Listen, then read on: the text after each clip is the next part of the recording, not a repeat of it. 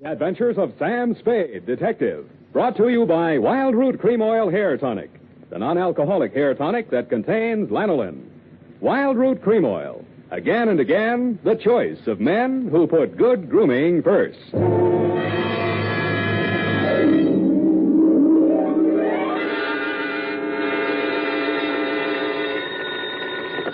Sam Spade Detective Agency. That is the correct answer. You have just won $104 million, 6 deep freeze units, a stable of polo ponies with matching saddle soap, a terry cloth robe with chocolate bars pre-melted into the pockets, and a full-size, real, honest-to-goodness dreadnought, such as is used by Uncle Sam's Navy. Oh, I'm sorry you'll have to call back. I'm expecting to be taking dictation from my employer very shortly. Oh, I am sorry. Your time is up. And Edna St. Vincent Markowitz, who sent in the question, gets bumped off in front of the studio audience gathered in the Dredgewood room here in Columbia Square. Next time, don't answer your phone, stupid. Oh, Sam. Let's have no coaching, please. Oh, well, did you find the cop? Was it murder? Was it really worth, well, you know, priceless and like that, and was it fun? Yes, and no. And finally, are you kidding? Well, then why was it called the Vaphio cup? It's a very old Greek expression, which is what I'll be wearing as I sit in your lap dictating my report on the Vaphio cup caper.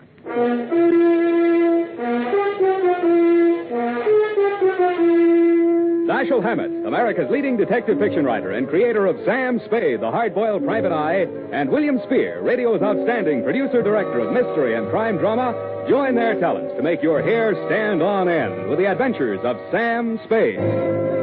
Presented by the makers of Wild Root Cream Oil for the hair. Remember the Romeo of yesteryear? Hair parted in the middle, all plastered down?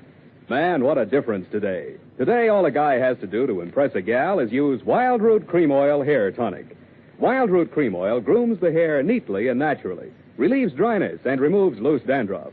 If you're still using old-fashioned hair tonics or none at all, then for her sake, spruce up today with Wild Root Cream Oil Hair Tonic.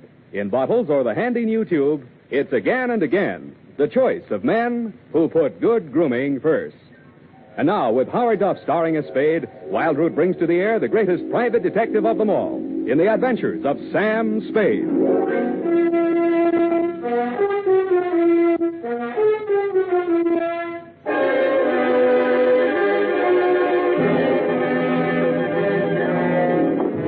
Blow the man down, police, blow the man down. Why do they want to blow the man down? Date, August 22nd, 1948, to Jethro Chiswick, Esquire. Oh, spelling, Sam. E-S-Q-U... No, Sam, I meant the name. This, Chisro Jeswick. I did not say Chisro Jethwick. I said Jethro Chiswick. I mean, Chisro... look, we'll check it later. Oh, Sam, it might... I have an uncle in Berkeley named Smithwick. Leave your family out of this, Eph. But he's only by marriage, Sam. It's quite a common name. Name 3 people named Chiswick. No, Smithwick, Sam. Now, let's see, there's Uncle George and Aunt Amelia by a previous marriage. Then there's my cousin Rupert on the Christie side. When you have finished ruminating amongst the foliage of your family tree, Miss Perrine... Well, I only mentioned it in all right, that name we'll that you start thought you... all over again. Tear out that page. Yes, Your Highness. Oh, no, please. No need to curtsy. To Jethro Chiswick, no comment, please. From Samuel Spade, license number 137596. What's that? Nothing, Sam, nothing. Throat. Subject, the Vaphio cup caper. Dear Commodore, that's the way I like you. Meek. I'd always considered myself fairly well-versed in the subject of cups. But if anybody had told me there was such a thing as a Vaphio cup, they could have knocked me over with one, which they did. Mr. Spade? Yeah. I'm Chester A. Brody. I talked with your secretary on the phone. Do you follow?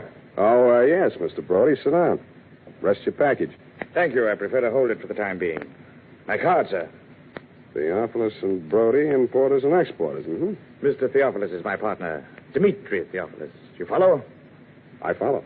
It was Mr. Theophilus who brought the Vaphio Cup into the firm. I furnished the cash capital. Vaphio Cup, I do not follow. Yes, indeed. The only one of these treasures to fall into private hands. One of the fabulous Vaphio Cups. Those exquisite and cunningly wrought examples of the art of the ancient Grecian goldsmith, excavated by the great Schliemann from a beehive tomb in Sparta. Beehive. Mycenaean age. Just west of the Lion Gate. Oh, the Lion Gate. Pardon me, Mr. Brody. Are you trying to tell me that this cup is very valuable? Priceless. And that you will finally manage to find a buyer? You follow? And that you want me to deliver that package containing your priceless cup and return with your customer's cash? Accurately put. I presume you're bonded. Uncork me and see for yourself.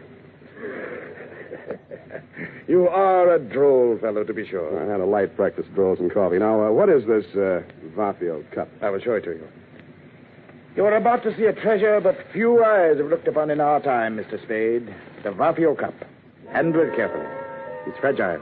You could crush it in your hand like so much tinfoil. Yet this golden relic of a golden age has come down through the centuries miraculously unscathed. Note the delicately wrought lines of the bas-relief, the exquisite draperies on the figure of the caryatid, the anguish on the face of the fallen hunter, the sheer brute force of the wild boar charging to the kill. Holding this golden cup in your hands, you encompass 3,000 years. Do you comprehend why there's no question of insurance here? Frankly, I don't. My dear man, an item such as this is worth only as much as a collector will pay for it. This particular collector has offered $200,000.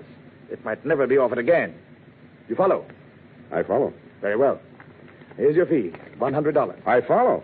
And here is the address of my client in Los Angeles, Commodore Jethro Chiswick. Oh, now, wait a minute. You will take the noon train. Any questions? Yeah, why can't I go on a plane? Because I've placed an item in this afternoon's papers to the effect that the treasure is to be transported by plane. If I were a gunner and I read that item, I'd take the train. That would be your first thought. Then you would think they're saying they're taking the plane to make me think they're taking the train. Therefore, you would take the plane after all. Oh, would you?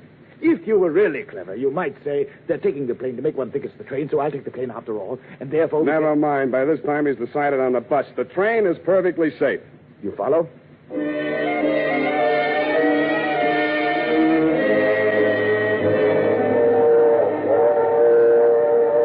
The package was light in the drawing room, and the train was comfortable.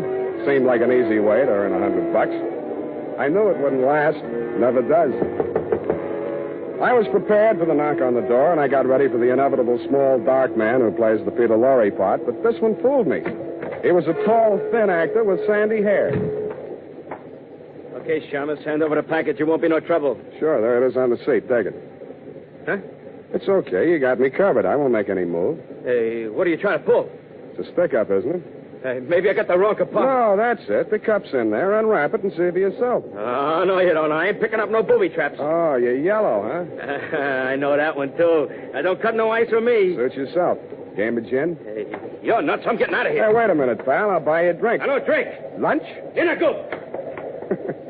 Yes, indeed, Mr. Spade. I agree. Clarence is a very comical fellow. So are you. I took the liberty of stepping into your forecastle whilst you had your bit of raillery in the after companionway with my mate, dear Clarence. You mind? Not at all. Well, sir, I'm afraid you're going to mind a great deal. Oh! And that's how I met you, Commodore. I was so busy sizing up the .45 in your right hand that I didn't even notice when you left, whipped out of your coat pocket with one of the largest saps I have ever felt. The next time I saw light, you were gone, the Vaphio cup was gone, and the train was pulling into San Jose. I got off, rode back to San Francisco with a truckload of chickens, and headed straight for my client's apartment.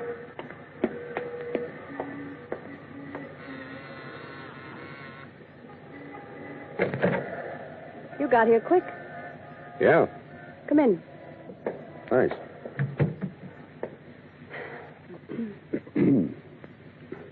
Well? Well, what? Look, we can't both play this deadpan. We'll stay no place. It's in the back room. What is? The body. You're from the police, aren't you? I'm a private dick. How dare you? Hey, what was that for? For spying on me. You and all the other cheap gumshoes my husband hires. You're Mrs. Brody? I'm Enid Theophilus. Did my husband hire you? My name is Sam Spade. I was hired by one Chester A. Brody, your husband's business partner. Well, Sam, I hope he paid you in advance, because he's the body. Chester A. Brody was just barely identifiable. Somebody had worked hard trying to persuade him to say or do something he either couldn't or wouldn't do. The only interesting clue was in the wastebasket. At first, I thought it was a flattened beer can. But it was the Vaphio cup, or a facsimile thereof. Well, how do do you like it, Sam? I don't. He was my client. I wasn't hired to protect him. I didn't like him, but he was my client. How would you like me for a client? I'll give you the name of a lawyer, sister. My name is Enid. Ain't it? Now, let's see what I can squeeze out of you before the cops do. Brody was your husband's business partner, and you're, You don't have to be subtle. He was mad about me. I'm all broken up about his death. So was he. That wasn't funny. That time I deserved it. You don't like me, do you? Can't you get it through that steel-jacketed brain of yours that you're in bad trouble, that there's a dead man in the next room, beaten to death, and you're not supposed to be here? Oh, I was supposed to be here. We were going to elope as soon as you brought back the money from that, Greek thing. Yeah, what about that Greek thing? It was an antique. It was called the Vaphio cup. Yes, I know about that. Yes, well, my husband dug it up in Greece and smuggled it into the country. Yeah? It was all he had, but it was such an important piece that he was able to persuade Chet, the late Chester Brody, that is, to let him in as a full partner. Then what? Well, they quarreled. My husband made some bad investments, and Chet wanted to sell the cup to save the firm. Dmitri refused. I didn't think it was fair, so I got the keys to his safety deposit box where the cup was, and Chet arranged to sell it to the Commodore. Did you get the money from the Commodore? All I got from the Commodore was lumps. He stole the cup? Roger. You've got to get it back. I've got it. Where? Here, take a look. Oh, it's ruined. Where did you find it? In a trash basket where it belongs. Dmitri did it. He must have suspected something and substituted a fake. That's it. He knows where the real one is. Somebody thought that your boyfriend knew. The one that killed him? That's the way it looks. And maybe that's the way it was meant to look. You know, somebody might get the idea that you palmed the genuine when you got it out of that safety deposit box. If I did, it was legal, and don't you forget it. A wife can't steal from a husband. Legally, they're one person. You can't steal from yourself. That's the law. I was wrong. You don't need a lawyer. Will you help me? I may hurt you, and it'll cost you anyway. I know what's good for me. Money. Find that cup.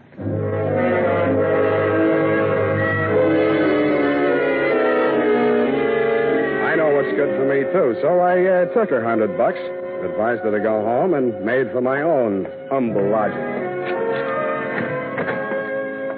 They were not only humble, they were crowded. The man was small, but the gun was enormous. I said, don't bother to introduce yourself. Your name is Dmitri Theopolis, and you want this package that I'm carrying.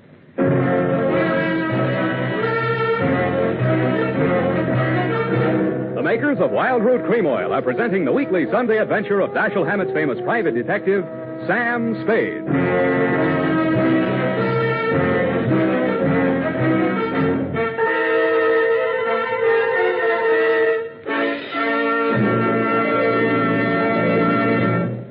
Here's important news on good grooming.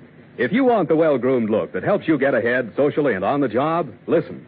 Recently, thousands of people from coast to coast who bought Wild Root Cream Oil for the first time were asked, how does Wild Root Cream Oil compare with the hair tonic you previously used? The results were amazing. Better than 4 out of 5 who replied said they preferred Wild Root Cream Oil. Remember, non-alcoholic Wild Root Cream Oil contains lanolin. It grooms the hair naturally, relieves dryness, and removes loose, ugly dandruff. So if you want your hair to be more attractive than ever before, get the generous new 25-cent size of Wild Root Cream Oil, America's leading hair tonic, on sale at all drug and toilet goods counters. It's also available in larger economy bottles and the handy new tube. Get Wild Root Cream Oil. Again and again, the choice of men who put good grooming first. By the way, smart girls use Wild Root Cream Oil, too. And mothers say it's grand for training children's hair.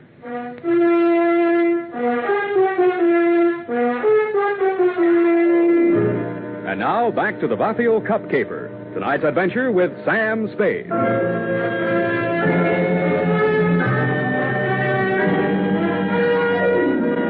He didn't answer me, so I said it again. Don't bother to introduce yourself. Your name is Dmitri Theopolis, and you want this package that I'm carrying. Of that be assured. You obtained this from my dear wife. And how did you find my darling? Not at the city pound, surprisingly enough. Oh, you know my dear wife.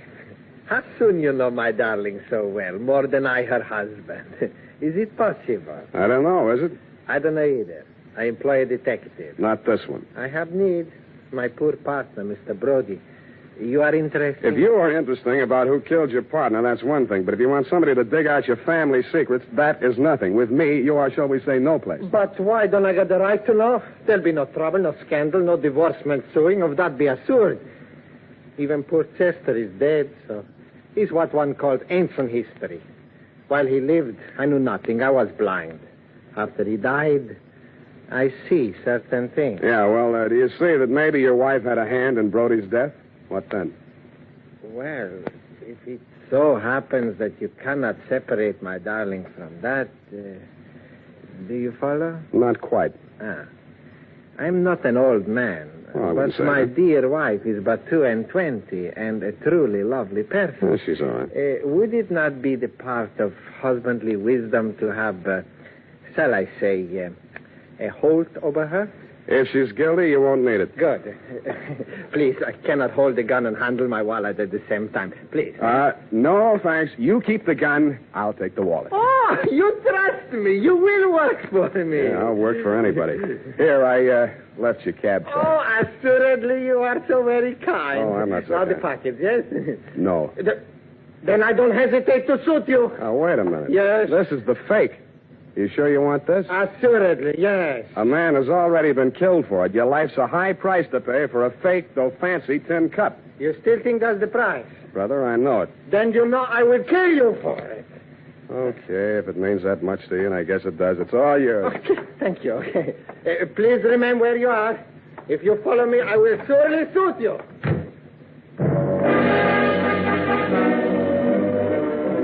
From my front window, I watched them come out downstairs and start across the street. Then it happened.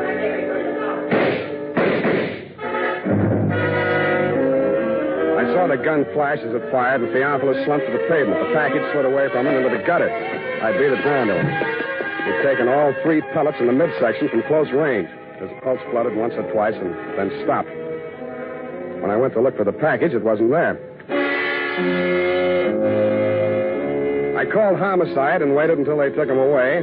When I told Lieutenant Dundee what I had in mind, he congratulated me on my brilliant scheme and told me to go ahead with it. That was his mistake. I even talked him out of assigning any of his harness men to watch my building for the next couple of hours. That was my mistake. I went upstairs, opened the bottle, and waited for your knock on my door, Commodore. Well, sir, a man would almost think you expected us. Keep a weather eye on him, Clarence. Don't let him get lured. Aye, sir. Welcome aboard. No time for scuttlebutt, Mr. Spade. We're bound for Bullylong Barley on the lookout for Maru, sailing at dawn. I want that cup. The true, the genuine, the Vaphio cup. No more deceptions, no more trickery. You will hand it over without further delay. Sure. Be glad to. Oh, no, not like that.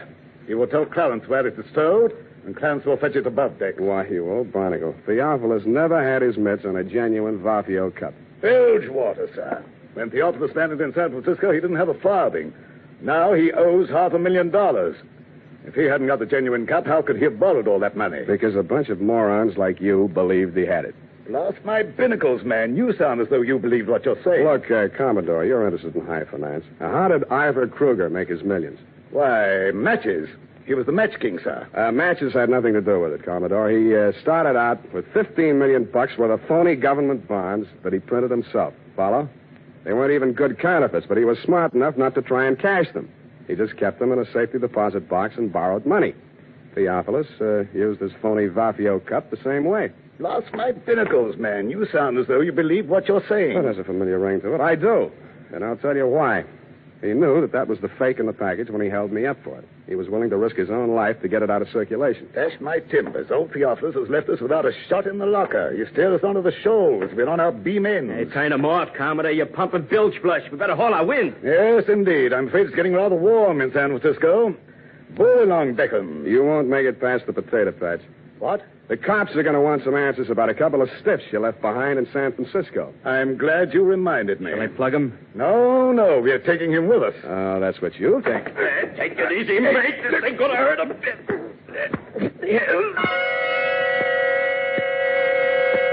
A reek of chloroform filled the room, and a fist pounded into my belly. It knocked my wind out, and at the same time, my nose collided with something wet and cold. I swung out, but didn't connect. Before I could swing again, the room blurred, and the ceiling light floated down to meet me. Then the lights went out altogether.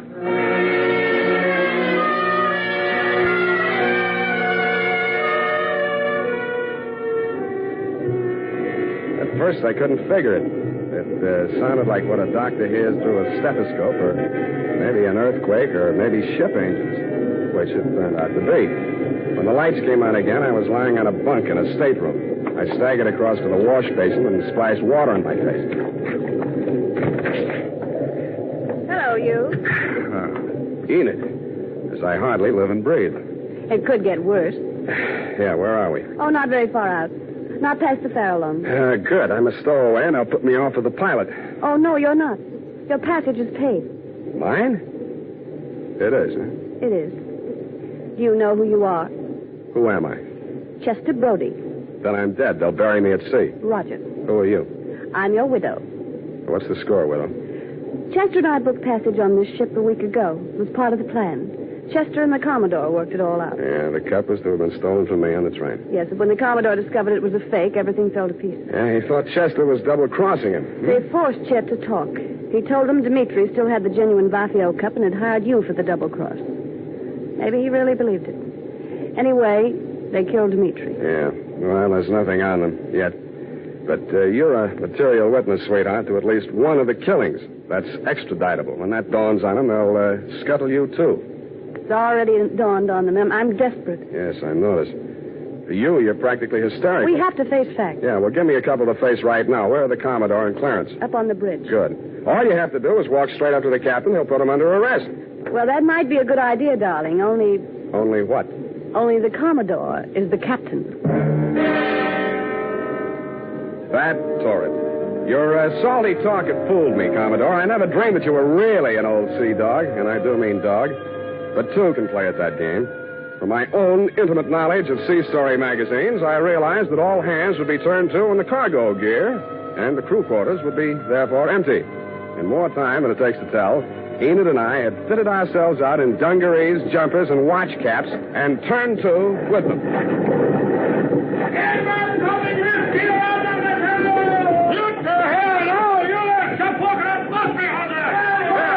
You two, look alive. Stow that preventer. Oh, me? You may recall, Commodore, you may recall me as the man who ran for a fire extinguisher when the bosun yelled, stow the preventer. But experience is the best teacher, and by the time we hove to put the pilot over the side, things were in such a state of confusion that you had retreated to your cabin with a quadruple ration of grog. Seizing that moment, I threw Enid over the side, yelled, man overboard, and jumped in after it.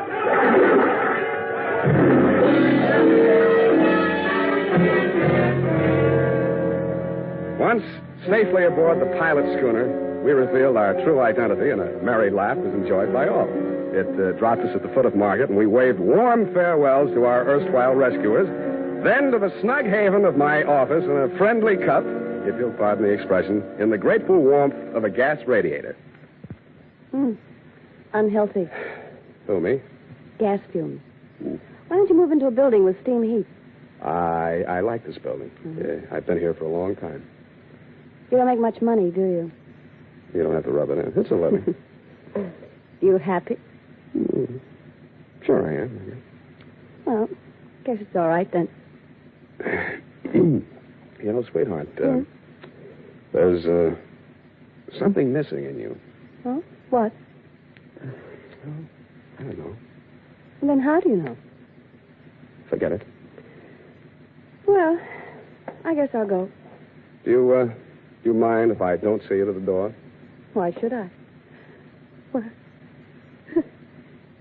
Hey, you are human. Yeah, they're wet. Go ahead, sweetheart. Cry all you want. It was been tough. You shouldn't have kept it bottled up this long. No, it's not what you think. Well, what is it? It's you. You're so nice. I'm nice. Yeah, but you're no place. You never will be. And neither will I.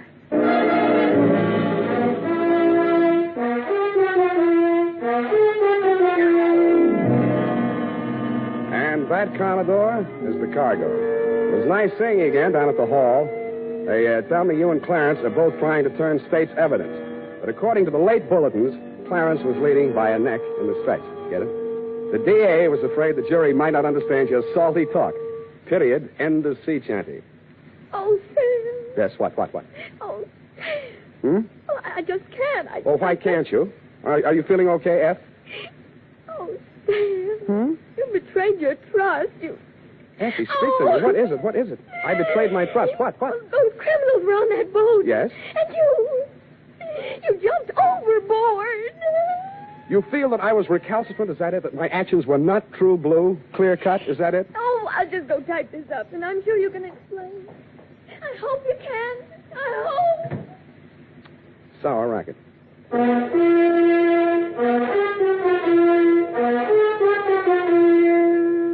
Question. What's the easiest and best way there is to give your hair that well-groomed look? Answer, Wild Root Cream Oil. Yes, non-alcoholic Wild Root Cream Oil with soothing lanolin gives you the advantages considered most important in a hair tonic. It grooms your hair neatly and naturally, relieves annoying dryness, removes loose, ugly dandruff. Call at your drug or toilet goods counter tonight or first thing tomorrow for Wild Root Cream Oil. If you've never tried it before, get the generous new 25-cent bottle just introduced. Also, ask your barber for a professional application of Wild Root Cream Oil Hair Tonic. Again and again, the choice of men who put good grooming first. Oh, here it is, Sam. I hope the spelling is all right. I was so upset. You hate me then? Oh, no. No. I suppose it's foolish going along thinking that your ideal doesn't have to be disclaimed. Oh, Sam, I just can't. I just can't imagine. Don't you think I can explain that? Oh, yes, I'm sure you can explain. But you did. You deserted your post and jumped overboard like a thinking rat. That's right. Oh, Sam, that's so unlike you. It was just by chance they were apprehended. By chance, you say? Who do you think it was that got himself shot out of a torpedo tube in that submarine? You, Sam? No, you think I'm crazy? I did something few radio detectives ever do, sweetheart. I called the Harbor Patrol single-handed using only one nickel and had them picked up. Oh, Sam, I wish I'd been there. Well, it was just a small phone booth. Besides, if you'd been there, it would have been out of order or something. Oh, Sam, you came through after all. Aren't you ashamed that you ever doubted me? Yes, I am. I'm a fool. There. I forgive you. Good night, Sam. Good night, sweetheart.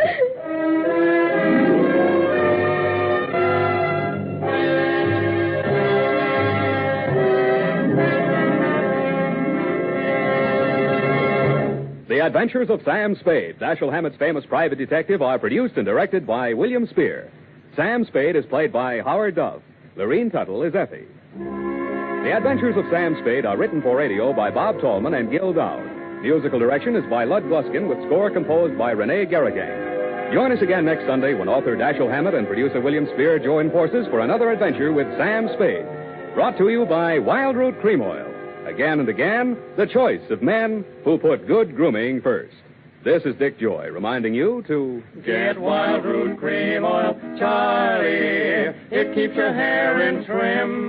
You say it's non-alcoholic, Charlie. It's made with soothing lanolin. You better get Wild Root Cream Oil, Charlie. Start using it today. You'll find that you will have a tough time, Charlie. Keeping all the gals away. Hiya, Baldy. Get Wild Root right away.